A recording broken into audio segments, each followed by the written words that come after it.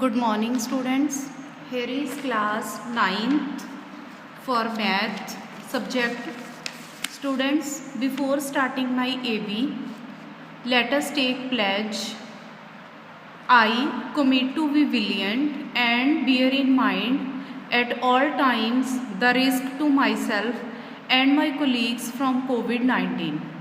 I promise to take all necessary precautions that prevent the spread of this deadly virus. I promise to follow and encourage others to follow the key COVID appropriate behaviors. To always wear a mask, face cover, especially when in public places. To maintain a minimum distance of 6 feet from others. To wash my hands frequently and thoroughly with soap and water. Together we will win this fight against COVID-19. So students, today we will start chapter number 2, that is compound interest. Already I explained to you what is the difference between simple interest and compound interest. Compound interest, in this type of interest it is added in at every year. ठीक है, ये हर साल add होता है. ठीक है. Then suppose you borrow money from one person for 2 year. ठीक है, 2 year के लिए आपने borrow की money.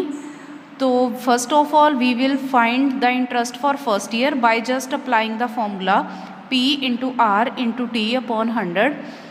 Then we will find the amount at the end of first year. ठीक है.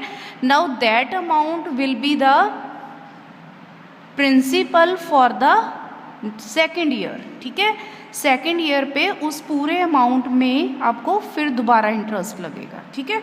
Let us solve 1 or 2 examples here. So question number 1 is a person invest 5600 rupees at 14% PA. PA means per annual compound interest for 2 years. Calculate the interest for the first year, the amount and the end of first year. Third part is the interest for the second year, correct to nearest rupee. ठीक है. इसमें बच्चे जो investment है that is known as principal. ठीक है.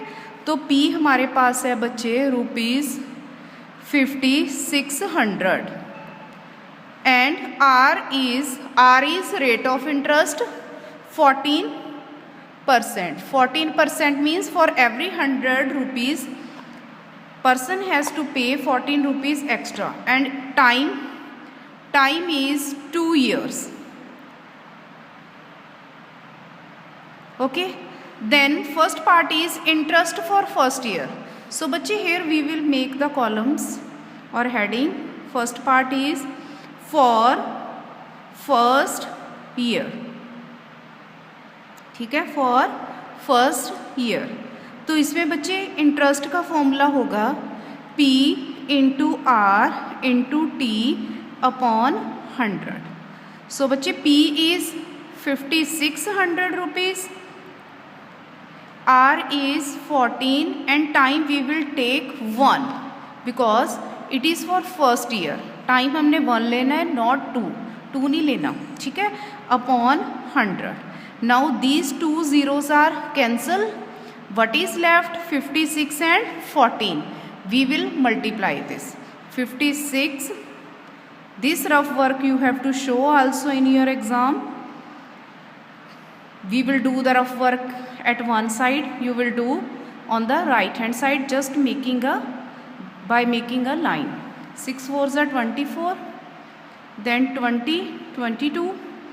Then 6 5 4 8 7. So we got the interest rupees 784. ठीक है. This is the answer of first part because here it is asked interest for first year. तो ये फर्स्ट ईयर के लिए interest हो गया. Then second part they are saying amount at the end of first year. Amount का बच्चे formula होगा P plus interest. जितने पैसे आपने बोरो किए उसके ऊपर आपको इंटरेस्ट भी पे करना पड़ेगा, ठीक है। तो total amount is equal to principal plus interest. तो प्रिंसिपल बच्चे हमारा है, in the starting we took 5600, then add here ₹784, तो 48, then ₹6384 will be the amount at the end of first year. Now part number 3, the interest for second year, correct to nearest rupee. Interest अब हमने find करना है second year के लिए। तो बच्चे this amount, यहाँ तक तो फर्स्ट ईयर के एंड तक ये अमाउंट क्लियर हो गया कि हमारा इतना है। अब ये वाला अमाउंट प्रिंसिपल बनेगा सेकेंड ईयर के लिए, ठीक है, क्योंकि जो नेक्स्ट ईयर स्टार्ट हो गया उसमें इन रुपीज़ पे सेपरेट इंटरेस्ट लगेगा, ठीक है, with the same rate of interest.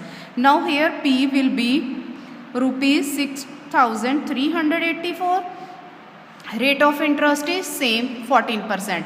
If in the question it is given successive years, rate of interest are given, कई बार बच्चे क्वेश्चन में अलग अलग रेट ऑफ डिफरेंस भी रेट ऑफ इंटरेस्ट भी गिवन होते हैं, समटाइम्स 10%, 12%, 13% फॉर सक्सेसिव ईयर्स। उसका मतलब फर्स्ट ईयर के लिए हमने 10 लेना है, सेकेंड ईयर के लिए चेंज हो गया 12, and for the third year it will be 14, ठीक है।